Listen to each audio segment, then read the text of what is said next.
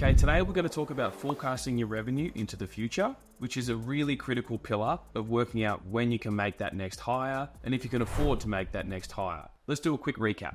So far in this video series, we've talked through each stage of growth and what the wage or the team will look like at that stage of growth. For example, here in year 2, we're a $500,000 business doing 500K. If we go down, we've mapped our org chart here to the founder and the team and what their wages are in connection to our revenue to make sure we're not eating up too much of our revenue with our wage bill to leave enough for other things. So that's one way to map it.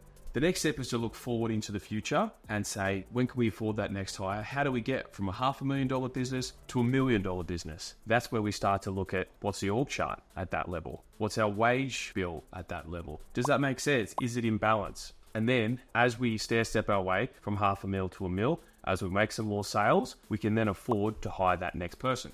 This is where we've planned out who the team is, who the new people are, who we may want to hire, and actually thought about building that team over time. And you can see the prospective hires are then hired at key revenue points when we can afford them. But this is all built off the back of actually having enough revenue and being able to grow from that $500,000 to $1 million business. This is where a revenue forecast comes in.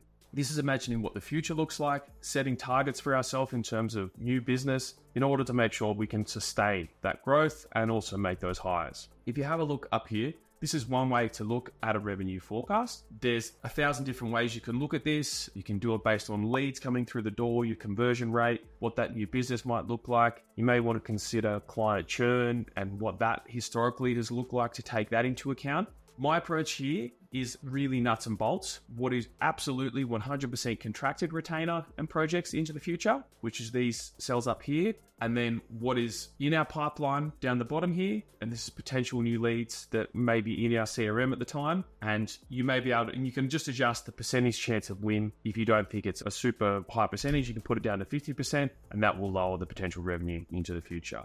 But for this example, I just want to assume that anything in the pipeline is 100% confirmed and then we can map that out into the future. And I like to come at it from a really conservative perspective. I want to know exactly what we have and what is more than likely, and we should include it, and the rest, maybe we can ignore. The reason I do that is because the conservative approach means that we don't make a hire too early, because the biggest mistake is you may think you're going to land a couple of big clients, you make that hire, and then those people don't come through, they pull out last minute, and you're stuck with that increase in wage cost, which is really dangerous. So all you need to do to think about your future revenue is map out your client name, the retainer value into the future. And if they've got a contract finishing up, you can see this client is finishing up in June 2025.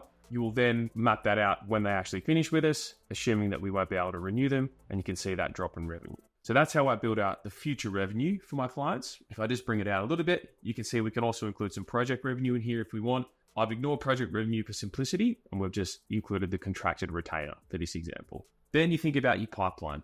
Who's these new clients in it? When might they start? And can see as we stair-step our way up, I've just staggered out when these new clients will land. In reality, we may not be landing one new client every month, as this suggests, but it's a good start. That gives you a really clear picture of the business into the future. And then we can start to have conversations. Usually it's only around the next 2 to 3 months, maybe 6 months max, around what that next hire might look like. And you can see that, if we actually start to fill the pipeline out and hit these goals, you can see how that pipeline contributes to the revenue in this graph on the right. And critically, we can see when we can make that next hire, we can see what our wage bill can be to make sure that it's not out of balance and we have enough cash to pay for it. So in summary, what we've done is plan for the future by saying we're here doing $500,000. We want to get to $1 million. We've looked at our org chart with the team and their costs at $500,000 and $1 million. So we know which hires we need to make and we know what their prices will be. We've mapped out the team into the future. We know what our current team is. We know what our future team is that we want to hire. And then we're simply connecting it to what's our revenue look like into the future, because the revenue will dictate everything. That will decide whether we can make that hire or not. If we have a few months where we've lost a couple of key clients, we may need to pause our hiring decisions until we get profitable enough again. And that's one way to look at it. All right, I'll leave it there. That's one way that I look at future revenue, think about it in terms of your contracted and what's in your pipeline and try and map it out month by month into the future. And then you can work out if you can afford that next hire. Thanks for watching. See you on the next one.